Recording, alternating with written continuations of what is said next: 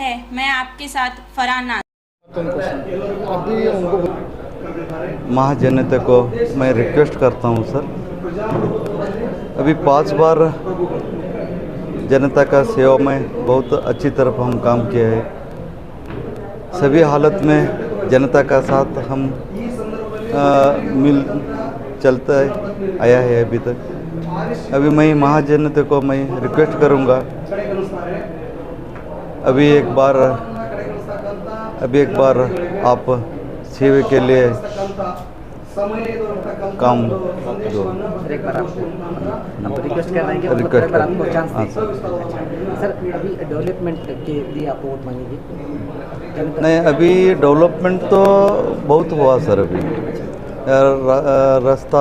रास्ता पानी का, बिजली का सब काम तो आपसे जितना हो सकता है आपने किया। हाँ, शैक्षणिक का ये सब बहुत काम हुआ सर अभी क्षेत्र में। तो नेक्स्ट पीरियड में इससे ज़्यादा करने की कोशिश करेंगे। हाँ सर, अभी और ज़्यादा सेवा करने का।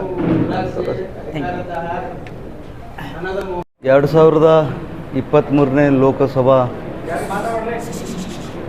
ಚುನಾವಣಾ ಅಂಗವಾಗಿ ಇವತ್ತು ತಮಗೆಲ್ಲರಿಗೂ ಕೂಡ ಕರೆಸಿದಾಗಿದೆ ಸರ್.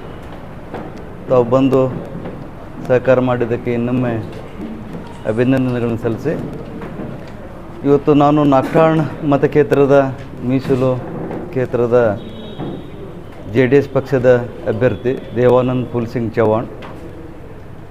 ಇವತ್ತು ನಾಗಠಾಣ್ ಮತಕ್ಷೇತ್ರ ಅಂದರೆ ಒಂದು ರೀತಿಯಾಗಿ ಭಾಳಷ್ಟು ಉದ್ದ ಅವೈಜ್ಞಾನಿಕವಾಗಿರ್ತಕ್ಕಂಥ ಕ್ಷೇತ್ರ ಅಂತೇಳಿ ಇವತ್ತು ಎಲ್ಲ ರಾಜ್ಯದ ದೇಶಕ್ಕೆ ಗುರುತಿರ್ತಕ್ಕಂಥ ಒಂದು ಸಂದರ್ಭ ಸರ್ ಇದು. ಆನಂತರ ಇಲ್ಲಿ ಕಾಂಗ್ರೆಸ್, BJP, JDS ಮತ್ತು ಇತರೆ ಪಕ್ಷಗಳು ಇವತ್ತು ಕಣಕ್ಕಿಳಿದಿದ್ದಾರೆ. ಆದರೆ ಹಿಂದೆ ಕೂಡ ನಾನು 5 ವರ್ಷ ನಾಗಠಾಣ್ ಮತಕ್ಷೇತ್ರದಲ್ಲಿ ಕೆಲಸ ಮಾಡಿದ್ದೀನಿ ಸರ್. ಇವತ್ತು ಜನರಲ್ಲೇ ಅವರಾಗೇ ಮತ್ತೊಮ್ಮೆ ನಮ್ಮ ಶಾಸಕರು ಬೇಕು ಅಂತೇಳಿ ದೃಷ್ಟಿಕೋನ ಇಟ್ಕೊಂಡು ಮೊದಲು ಇರತಕ್ಕಂಥ 5-10 ಕಾರ್ಯಕರ್ತರು ಇವತ್ತು ಸಾವಿರಾರು ಕಾರ್ಯಕರ್ತರಾಗಿ ಇವತ್ತು ಪರಿವರ್ತನೆಗೊಂಡಿದ್ದಾರೆ. ಮತ್ತು ಇವತ್ತು BJPಯಿಂದ, ಕಾಂಗ್ರೆಸ್ದಿಂದ ಭಾಳಷ್ಟು ಹಿರಿಯ ನಾಯಕರು ಕೂಡ ಇವತ್ತು ಬಂದು ಸೇರ್ಪಡೆ ಆಗಿದ್ದಾರೆ ಸರ್. ಹೀಗಾಗಿ ಅವರಿಗೆ ಪಕ್ಷದ ವತಿಯಿಂದ ಅವರಿಗೂ ಕೂಡ ಅತ್ಯಂತ ಹಾರ್ದಿಕವಾಗಿ ನಾನು ಸ್ವಾಗತವನ್ನು ಕೂಡ ಈ ಸಂದರ್ಭದಲ್ಲಿ ಹೇಳಲು ಬಯಸ್ತೇನೆ ಸರ್. ಹೀಗಾಗಿ ಇವತ್ತು ಎದುರಾಳಿ ಪಕ್ಷಗಳಾಗಿರ್ತಕ್ಕಂಥ ಇವತ್ತು ಕಾಂಗ್ರೆಸ್ ಆಗಿರ್ಬೋದು, BJP ಆಗಿರ್ಬೋದು, ಇತರೆ ಪಕ್ಷ ಆಗಿರ್ಬೋದು, ಆದರೆ ಅವು ಯಾವುದೂ ಕೂಡ ಆಟಕ್ಕೆಲ್ಲ ಲೆಕ್ಕಕ್ಕುಂಟು ಆಟಕ್ಕೆಲ್ಲ ಆ ಪರಿಸ್ಥಿತಿಯಲ್ಲಿ ಆ ಪಕ್ಷಗಳು ಇದ್ದಾವೆ. ಈಗ ಪರಿಸ್ಥಿತಿ ಆ ರೀತಿ ಆಗಿದೆ ಸರ್ ಅದು. ಯಾಕಂದರೆ ಈ ಕಾಂಗ್ರೆಸ್ ಅಭ್ಯರ್ಥಿದ ಪರಿಸ್ಥಿತಿ ಏನಾಗಿದೆ ಅಂದರೆ, ಅವರ ಮೂಲ ಕಾಂಗ್ರೆಸ್ ಕಾರ್ಯಕರ್ತರೇ ಇಲ್ಲರು ಸರ್. ಅಲ್ಲಿ ಏನು ನಾಯಕತ್ವ ಏನಿದೆಯಲ್ಲ, ನಾಯಕತ್ವನೇ ಇಲ್ಲರು ಸರ್ ಅದು. ಆದರೆ ನಮ್ಮಲ್ಲಿ ಏನು ವಾರಂಟಿ ಕಳ್ಕೊಂಡವರು ಅಲ್ಲಿ ಗ್ಯಾರಂಟಿ ಹಿಡ್ಕೊಂಡು ತಿರುಗಾಡ್ತಾ ಇದ್ದಾರೆ ಅದನ್ನು. ಈ ವಾರಂಟಿನ ಹೋಗಿದ ನಂತರ ಇವ್ರು ಏನು ಗ್ಯಾರಂಟಿ ಕೊಡ್ತಾರೆ ನನಗೆ ಗೊತ್ತಾಗ್ತಾ ಇಲ್ಲ ಅದನ್ನು. ಹೀಗಾಗಿ ಇವತ್ತು ಸಂಪೂರ್ಣವಾಗಿರ್ತಕ್ಕಂಥ ನಾಗಠಾಣ್ ಮತಕ್ಷೇತ್ರದಲ್ಲಿ 5 ವರ್ಷಗಳ ಕಷ್ಟದ ಕಾಲ ಸರ್ ಇದು. ಯಾಕಂದರೆ ಸಮ್ಮಿಶ್ರ ಸರ್ಕಾರ ಒಂದು 14 ತಿಂಗಳ, ಆನಂತರ ಸಂದರ್ಭದಲ್ಲಿ ಮಹಾಪೂರ, ಆನಂತರ ಸಂದರ್ಭದಲ್ಲಿ ಕೊರೋನಾ 1ನೇ ಅಲೆ, 2ನೇ ಅಲೆ, 3ನೇ ಅಲೆ. ಆದರೂ ಮಹಾಪೂರ ಬಂದಕರೂ ನಾನು ಮನೆಯಲ್ಲಿ ಕೂತಿಲ್ಲ ಸರ್. ಜನರ ಮಧ್ಯೆ ಹೋಗಿ ಅವರ ಹಲವಾರುಗಳನ್ನು ಕೇಳಿ ಅವರ ಸಂಪೂರ್ಣವಾಗಿರತಕ್ಕಂಥ ಒಂದು ಸ್ಪಂದನೆ ಕೂಡ ನಾನು ನೀಡಿದ್ದೀನಿ ಸರ್. ಅನಂತರ ಕೋವಿಡ್ ಸಂದರ್ಭದಲ್ಲಿಯೂ ಕೂಡ ಜೀವದ ಹಂಗಂದು ಲೆಕ್ಕಿಸಿದೆ. ಮಹಾರಾಷ್ಟ್ರದಲ್ಲಿರತಕ್ಕಂಥ ಗೂಳಿ ಹೋಗಿರ್ತಕ್ಕಂಥ ಜನರಿಗೆ ಕರೆಸೋದಾಗಿರ್ಬೋದು, ಅವರಿಗೆ ಗಂಜಿ ಕೇಂದ್ರ ನಿರ್ಮಾಣ ಮಾಡುವಂಥದ್ದಾಗಿರ್ಬೋದು, ಮತ್ತು ಅವರಿಗೆ ಧೈರ್ಯ ತುಂಬುವಂಥದ್ದಾಗಿರ್ಬೋದು, ಇವೆಲ್ಲ ಪ್ರತಿಯೊಂದು ಹಂತದಲ್ಲಿ ಕೂಡ ನಾಗಠಾಣ್ ಮತಕ್ಷೇತ್ರದಲ್ಲಿ ಇವತ್ತು ರಾತ್ರಿ ಹಗಲು ಅನ್ನದೇ ಇವತ್ತು ನಾನು ಕೆಲಸ ಮಾಡಿದ್ದು ಕೂಡ ಜನರ ಮನದಲ್ಲಿದೆ ಸರ್. ಹೀಗಾಗಿ ಸಂಪೂರ್ಣವಾಗಿರ್ತಕ್ಕಂಥ ಮಹಾಜನತೆ, ನಾಗಠಾಣ್ ಮತಕ್ಷೇತ್ರದ ಮತಬಾಂಧವರು ಮಹಾಜನತೆ ಇವತ್ತು ಒಂದು ಸೈಡ್ ಡಿಸೈಡ್ ಮಾಡಿದ್ದಾರೆ ಸರ್. ಇದೊಂದು ಸಾರಿ JDS ಪಕ್ಷಕ್ಕೆ ನಾವು ಅಧಿಕಾರ ಕೊಡೋಣ. ಮಾನ್ಯ ಕುಮಾರಣ್ಣವರ ಒಂದು ಆಡಳಿತ ಅವಧಿಯಲ್ಲಿ ಆಗಿರ್ತಕ್ಕಂಥ ಅಭಿವೃದ್ಧಿ ಕಾಮಗಾರಿಕೆಗಳು ಇವತ್ತು ನನಗೂ ಕೂಡ ಶ್ರೀರಕ್ಷೆಯಾಗಿ ಇವತ್ತು ಕೆಲಸ ಮಾಡ್ತಾಯಿದೆ ಸರ್. ಮತ್ತು ಅವರು ನೀಡಿರ್ತಕ್ಕಂಥ ಪ್ರಣಾಳಿಕೆಗಳು ಕೂಡ ಇವತ್ತು ಭಾಳಷ್ಟು ಜನರ ಪರವಾಗಿ ಹಾಗೂ ರಾಜ್ಯದ ಒಂದು ಒಳ್ಳೆಯ ಒಂದು ಭವಿಷ್ಯದ ಪ್ರಣಾಳಿಕೆಗಳನ್ನು ಕೂಡ ಮಾನ್ಯ ಕುಮಾರಣ್ಣವರು ಇವತ್ತು ಘೋಷಣೆ ಮಾಡಿದ್ದಾರೆ ಸರ್. ಹೀಗಾಗಿ ಸಂಪೂರ್ಣವಾಗಿರ್ತಕ್ಕಂಥ ನಾಗಠಾಣ ಮತಕ್ಷೇತ್ರದಲ್ಲಿ ಇವತ್ತು ಜನತೆ ತೀರ್ಮಾನ ಮಾಡಿರೋದು ಇವತ್ತು ದೇವಾನಂದ ಚವ್ಹಾಣ್ ಆಯ್ಕೆ ಮಾಡೋಣ ಅಂತೇಳಿ ಒಂದು ನಿರ್ಣಯ ಆಗಿದೆ ಸರ್. ಪಕ್ಷಾತೀತವಾಗಿ ನಿರ್ಣಯ ಮಾಡಿದ್ದಾರೆ ಸರ್. ಅದು ನಾನು ಭಾಳಷ್ಟು ಒಂದು ಖುಷಿಯಿಂದ ಇವತ್ತು ನಾನು ಕೆಲಸ ಮಾಡ್ತಾಯಿದ್ದೀನಿ. ಆದರೆ ನಮ್ಮ ಎದುರಾಳಿಗಳೇ ಯಾರೂ ಇಲ್ಲ ಅಂತೇಳಿ ಭಾವದೊಳಗೆ ನಾವು ಹೊಂಟಿದ್ದೇವೆ ಸರ್.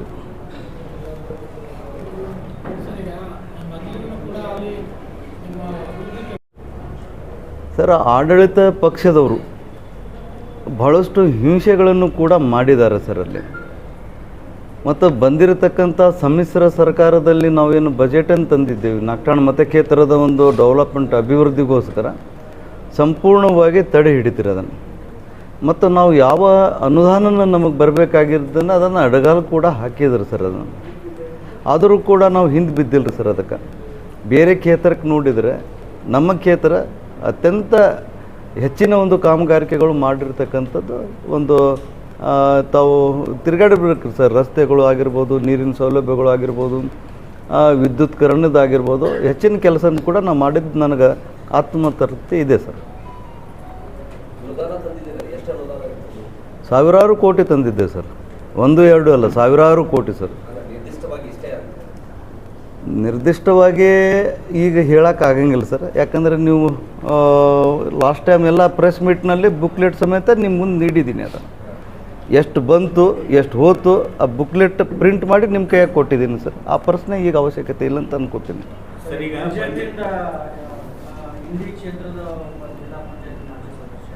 ಬಿಜೆಪಿ ಸಾಮಾನ್ಯ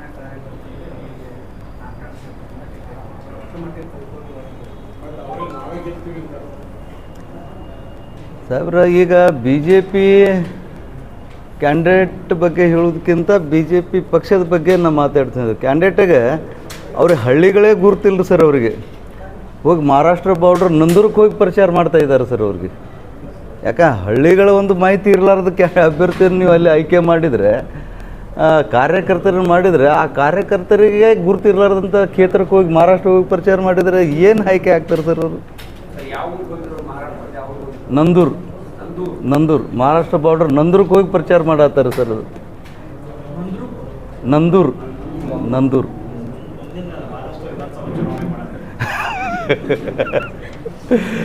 ಏನು ಆ ಕ್ಯಾಲ್ಕುಲೇಷನ್ ಇರ್ಬೋದು ಸರ್. ಯಾರು ಸರ್? ಅಲ್ಲ, ಅವ್ರಿಗೆ ಸರಿಯಾದ ರೀತಿ ಕ್ಷೇತ್ರದ ಮತ್ತು ಜನತೆ ಮಾಹಿತಿನೇ ಇಲ್ಲ ಸರ್. ಆದರೆ MP ಸಾಹೇಬ್ರು ಹೇಳ್ದಂಗೆ ಅವರೇ ಜಯಶಾಲಿ ಆಗ್ತಾರೆ. ಅದು ಸ್ವಲ್ಪ ಯಾಕೆ ಅವರೇ ತಗೋಬೋದು ಆಗಿತ್ತಲ್ರಿ ಸರ್. ಅವ್ರು ಯಾಕೆ ಬಿಟ್ಕೊಟ್ರು ಅವ್ರಿಗೆ? ಸರ್, ಈಗ ಬಂಜಾರ ಸಮುದಾಯದವರು ಆಲ್ಮೋಸ್ಟ್ ಆಗಿ ಕಾಂಗ್ರೆಸ್ ಹೋಗಿದ್ದಾರೆ. ಯಾಕಂದ್ರೆ ಲಾಸ್ಟ್ ಟೈಮ್ ನೀವು ಈ ಡಿಪ್ಪರ್ಗಳು JCB ಮೇಲೆಲ್ಲ ರೇಡ್ ಮಾಡಿಸಿದ್ರು ಹೇಳೋದು, ಅವಕ್ಕೆ 90% ಎಲ್ಲ ನಿಮ್ಮ ಬಂಜಾರ ಸಮುದಾಯದಿಂದ ಬಂದವರು ಆಗಿದ್ರು. ಹೀಗಾಗಿ ಅವರು ಕಾಂಗ್ರೆಸ್ ಹೋಗಿದ್ದಾರೆ ಅಂತ ಹೇಳ್ತಾರೆ. ಇಲ್ಲ ಸರ್, ಟಿಪ್ಪರು ಅವು ಅದು ಬೇರೆನೇ ಇಲ್ಲ ಸರ್. ಅದಕ್ಕೆ ಚುನಾವಣೆಗೆ ಏನು ಲಿಂಕ್ ಏನಿದೆ ಸರ್? ಆದರೆ ನಮ್ಮ ಸಮುದಾಯದ ನೀವು ಬಂಜಾರ ಸಮುದಾಯದವರಿಗೆ ಭಾಳ ತೊಂದರೆ ಕೊಟ್ಟಿದ್ದಾರೆ ಅಂತೇಳಿ ಒಂದು ಸೋಷಿಯಲ್ ಮೀಡಿಯಾದಲ್ಲಿ ಹರಿದಾಡ್ತಾ ಇದೆ. ಅಂದ್ರೆ ಸರ್, ಇನ್ಲೀಗಲಿ ಮಾಡಿದ್ದನ್ನು ನಾವು ಅದನ್ನು ಪ್ರಶ್ನೆ ಮಾಡಿದರೆ ಅದು ಹರಾಸ್ಮೆಂಟ್ ಸರ್. ಬಂಜಾರ ಸಮುದಾಯ ಅದು ತಾವು ಮಾಧ್ಯಮದವ್ರು ಕೇಳುವಂಥ ಪ್ರಶ್ನೆ ಸರ್ ಇದು. ಬಂಜಾರ ಸಮುದಾಯ ಅಲ್ಲ, ಇನ್ಲೀಗಲಿ ಇರ್ತಕ್ಕಂಥದ್ದನ್ನು ಅದು ನೀವು ಖುಷಿ ಪಡ್ಬೇಕು ಸರ್. ಅದನ್ನು ಹೊಗಳ್ಬೇಕು ತಾವು. ಬಂಜಾರ ಸಮುದಾಯದವರು ಇಷ್ಟೇ ಇಲ್ಲಿಗಲ್ ಮಾಡ್ತಾರೋ ಅಥವಾ ಅದರ್ ಕಾಸ್ಟ್ ಅದರ್ ಬೇರೆದವರು ಕೂಡ ಇಲ್ಲಿಗಲ್? ಅಲ್ಲ, ಅದು ಹಂಗಂತೇಳಿ ಯಾವುದು ಟಿಪ್ಪರ್ ಬಂಜಾರದ ಇದ್ದಿದ್ದು ಯಾವುದ್ರ ಆಧಾರ ಕೊಟ್ಟರು ಸರ್ ನನಗೆ? ಅಲ್ಲ, ಯಾವ ಲಿಸ್ಟ್ ನೋಡಿದಿರಿ ತಾವು? ಅದ್ರೊಳಗೆ ಬಂಜಾರ ಅಂತ ಇಲ್ಲೇ ಇಲ್ಲಲ್ರಿ ಸರ್. ಅದು ಯಾವುದರ ಒಂದು ಆಧಾರ ಕೊಟ್ಟು ಸರ್ ನನಗೆ ಇಲ್ಲ ಸರ್. ಅದನ್ನು ಏನೋ ಈಗ ಅವ್ರದ್ದು ಕತೆ ಮುಗಿದೋದು ಸರ್. ಅದನ್ನು ಹೀಗಾಗಿ ಅವ್ರಿಗೆ ಸುಳ್ಳು ಅಪವಾದನೆ ಬಿಟ್ಟು ಬೇರೆ ಏನೂ ಇಲ್ಲ ಸರ್. ಅದನ್ನು ಯಾವುದೇ ರೀತಿಯಿಂದ ಏನೇ ಅವರು ಊಹಾಪೂಹಗಳನ್ನು ಮಾಡಿದ್ರೂ ಕೂಡ ತಾಂಡಾದ ಹೋಟು ಯಾವುದೇ ಕಾರಣಕ್ಕೆ ಒಡೆದು ಹೋಗಕ್ಕೆ ಸಾಧ್ಯನೇ ಇಲ್ಲ ಸರ್. ಒಳ ಮೀಸಲಾತಿ ಪರಿಣಾಮ BJPಗೆ ತೊಂದರೆ ಆಗ್ಬೋದು ಅಂತ ಅನ್ನಿಸ್ತಾರೆ ಸರ್.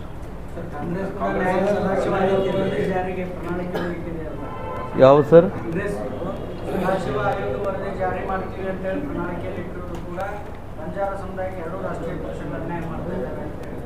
ಬಂಜಾರ ಸಮುದಾಯ ಬಿಜೆಪಿ ಒಳ ಮೀಸಲಾತಿ ವಿರೋಧಿ ಇದು ಮಾಡಿದೆ ಅವ್ರು ಟ್ಯಾಕ್ಸ್ ಸದಾಶಿವ ಆಯೋಗ ಜಾರಿ ಮಾಡಿ ಮತ್ತೆ ಕೊಡ್ಲಾಕತ್ತಾರ. ಹಂಗಾಗಿ ಎರಡೂ ರಾಷ್ಟ್ರೀಯ ಪಕ್ಷಗಳು ಬಂಜಾರ ಸಮುದಾಯಕ್ಕೆ ಅನ್ಯಾಯ ಮಾಡ್ತಾ ಇದ್ದಾರೆ. ಸರ್, ಈಗ ಅದರ ಬಗ್ಗೆ ಯಾವುದೇ ವಿಚಾರನ ಈಗ ವ್ಯಕ್ತಪಡಿಸಂಗಿಲ್ಲ ಸರ್. ಈ ಚುನಾವಣೆ ಸಂದರ್ಭದಲ್ಲಿ ನಾವು ವ್ಯಕ್ತಪಡಿಸಿದರೆ ವ್ಯತಿರಿಕ್ತ ಆಗ್ಬೋದು. ಈಗ ನಾವು ಒಂದು ಮಾತನ್ನು ಹೇಳ್ಬೋದು ಸರ್, ಇಲ್ಲಿ ಎಲ್ಲ ಒಂದೇ ಬಳ್ಳಿಯ ಹೂಗಳಾಗಿ ಇವತ್ತು ರಾಜ್ಯದ ಜನತೆ ಒಂದು ಬದುಕನ್ನು ಸಾಗಿಸುವಾಗ ಇವೆರಡೂ ರಾಷ್ಟ್ರೀಯ ಪಕ್ಷಗಳು ಇವತ್ತು ಈ ಸದಾಶಿವ ಆಯೋಗದಲ್ಲಿ ಮೂಗು ತೂರಿಸುವಂಥದ್ದು ಕೆಲಸ ಮಾಡಬಾರ್ದು ಅಂತೇಳಿ ಈ ಸಂದರ್ಭದಲ್ಲಿ ನಾನು ಹೇಳಲು ಬಯಸ್ತೇನೆ. ಇಷ್ಟೇ ಹೇಳ್ಬೋದು ಸರ್, ಅಷ್ಟೇ. ಕಳೆದ ಬಾರಿ ಪೈಲಟ್ ಪ್ರಾಜೆಕ್ಟ್ ಮಾಡಿದ್ವಿ, ಕುಮಾರಸ್ವಾಮಿ ಅವರು ಬಂದಾಗ ಪೈಲಟ್ ಪ್ರಾಜೆಕ್ಟ್ ಘೋಷಣೆ ಮಾಡಿದ್ರು. ಹೌದು ಮುಂದುವರೆದ ಬಾರಿ ಏನು ಗೊತ್ತಾಗಲೇ ಇಲ್ಲ ಸರ್. ಆ ಪೈಲಟ್ ಪ್ರಾಜೆಕ್ಟ್ ನಾವು ಮುಂದುವರಿಸ್ತಿದ್ದೀವಿ. ಅದನ್ನು ಮುಂದುವರಿಲಿಲ್ಲ, ಏನು ಮುಂದುವರಿಬೇಕು ಸರ್ ಅದು? ನಿಮ್ಮದೇ ಸರ್ಕಾರ ಸರ್, ಅದಕ್ಕಿಂತ ಒಳ್ಳೆ ಪ್ರಾಜೆಕ್ಟನ್ನು ನಾವು ಗೂಳೆ ಹೋಗೋ ಜನತೆ ಕೊಡ್ತೀವ್ರಿ ಸರ್. ಅದು ಏನು ಇದೆಯಾ ಪ್ರಾಜೆಕ್ಟ್ ಮಾಡಿದ್ರೆ ಚೆನ್ನಾಗಿರುತ್ತೆ. ಈ ಚುನಾವಣಾ ಸಂದರ್ಭದಲ್ಲಿ ಜನ ಆಶಾಭಾವನೆಯಿಂದ ಸರ್, ಇವತ್ತು ನಾಗಠಾಣ ಮತಕ್ಷೇತ್ರದ ಜನತೆಗೆ ನಾನು ಕೇಳ್ಕೊಳ್ಳೋದಷ್ಟೇ, ನಮ್ಮ ಕ್ಷೇತ್ರದಿಂದ ಏನು ಇವತ್ತು ಗೂಳೆ ಹೋಗುವಂಥದ್ದು ಬಹಳಷ್ಟು ಸಂಖ್ಯೆ ಇದೆ ಸರ್. ಬೇರೆ ಕ್ಷೇತ್ರಗಳನ್ನು ನಾವು ನೋಡಿದಾಗ ನಾಗಠಾಣ ಮತಕ್ಷೇತ್ರದಲ್ಲಿ ಭಾಳಷ್ಟು ಗೂಳೆ ಹೋಗುವಂಥದ್ದು ಜನ ಇದೆ. ಅದನ್ನು ಸ್ವಯಂ ಉದ್ಯೋಗ ಮಾಡುವಂಥದ್ದು ಕೆಲಸ ನಮ್ಮ JDS ಸರ್ಕಾರ ಮಾಡ್ತದೆ ಅಂತೇಳಿ ಭಾಳಷ್ಟು ಆತ್ಮವಿಶ್ವಾಸದಿಂದ, ಮತ್ತು ನಿರುದ್ಯೋಗಿ ಯುವಕರಿಗೂ ಕೂಡ ಉದ್ಯೋಗ ಕೊಡಿಸುವಂಥದ್ದು ಕೂಡ ನಾವು ಭಾಳಷ್ಟು ಜವಾಬ್ದಾರಿಯಿಂದ ಮಾಡ್ತೀವಿ ಸರ್ ಕೆಲಸ.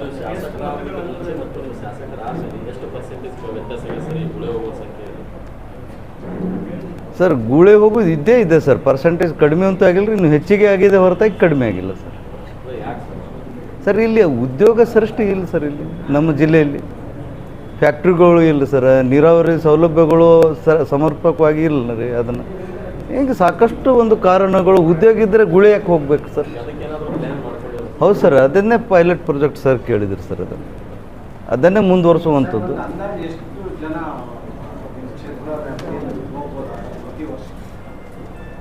ಪ್ರತಿ ವರ್ಷ 60,000 ಜನ ಮೇಲೆ ಹೋಗ್ತಾರೆ ಸರ್ ಗುಳೆ. ಹೌದು ಸರ್,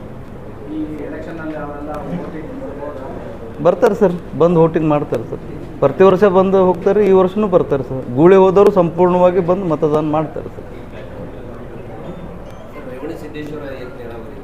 ಸರ್, ರೇವಣಸಿದ್ದೇಶ್ವರ ಏತ ನೀರಾವರಿ ಅದನ್ನು ರಾಜ್ಯಕ್ಕೆ, ನಮ್ಮ ಜಿಲ್ಲೆಗೆ ಅದನ್ನು ಕುಮಾರಣ್ಣವರೇ ಅದನ್ನು ಘೋಷಣೆ ಮಾಡಿರ್ತಕ್ಕಂಥದ್ದು ಸರ್.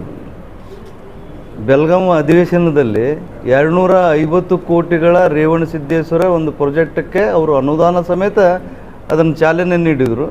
ಆದರೆ ಸರ್ಕಾರ ಬದಲಾವಣೆ ಆಗಿದ್ದು ಕೂಡಲೇ 3 ವರ್ಷ ಬಿಟ್ಟಿದ ನಂತರ ಇವರು ಈಗ ಬಂದು ಪೂಜೆ ಮಾಡಿದ್ರು ಸರ್. ಯಾಕೆ ಘೋಷಣೆ ಮಾಡಿದರೆ ಮುಂದುವರಿಸಿದರೆ ಇಲ್ಲಿವರೆಗೆ ಕಾಮಗಾರಿಕೆಗಳು ಅವ್ರಿಗೆ ಹೆಂಗೆ ಆಗ್ತಾರೆ ಸರ್? ಅವ್ರಿಗೆ ಕ್ರೆಡಿಟ್ ಆಗಂಗಿಲ್ಲ ಸರ್. ಯಾಕಂದರೆ ಅದನ್ನು ಮುಂದುವರಿಸಿದರೆ ಅವ್ರಿಗೆ ಕ್ರೆಡಿಟ್ ಆಗ್ತಿತ್ತು. ಅದನ್ನು 3 ವರ್ಷ ಅವರು ಕುಂಭಕರ್ಣಂಗೆ ನಿದ್ದೆ ಮಾಡಿ ಆನಂತರ ಅದನ್ನು ಚುನಾವಣೆ ಸಲುವಾಗಿ ಏನೋ ಒಂದು ಯಾವುದೋ ಒಂದು ಪ್ರೀತಿ ವಾಸ್ತವ್ಯಕ್ಕೆ ಅದನ್ನು ಮಾಡಿದ್ದು ಅದು ತಪ್ಪಾಗ್ತಾರೆ ಸರ್. ಅದು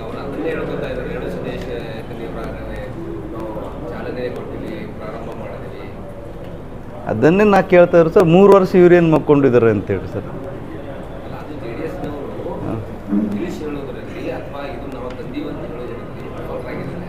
ಇಲ್ಲ ಸರ್,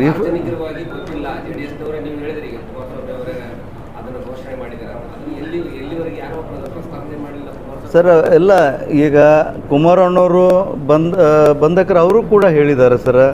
BD ಪಾಟೀಲ್ ಅವರು ಇಂಡಿಯಲ್ಲಿ ಅವರು ಸ್ಟ್ರೈಕ್ ಕೂತರು ಅದರ ಸಲುವಾಗಿ. ಅವೆಲ್ಲ ಒಂದು ಘಟನಾವಳಿಗಳು ಜನರ ಮನದಲ್ಲಿ ಇದೆ ಸರ್. ಇದೆ 100% ಇದೆ ಸರ್. ಯಾರು ಮಾಡಿದ್ದನ್ನು ನೆನೆ ಸರ್. ಇಲ್ಲ, ನಮಗೆ ಬರ್ಬೇಕು ಸರ್ ಅದರದ್ದು. ಹೌದು, ಕ್ರೆಡಿಟ್ ನಮಗೆ ಬರ್ಬೇಕು ಸರ್. ಸರ್, ಒಂದು 30,000 to 40,000 ಅಂತರ ಮತಗಳಿಂದ ನಾವು ವಿನ್ ಆಗ್ತೀವಿ ಸರ್. ಸರಿ, ಓಕೆ.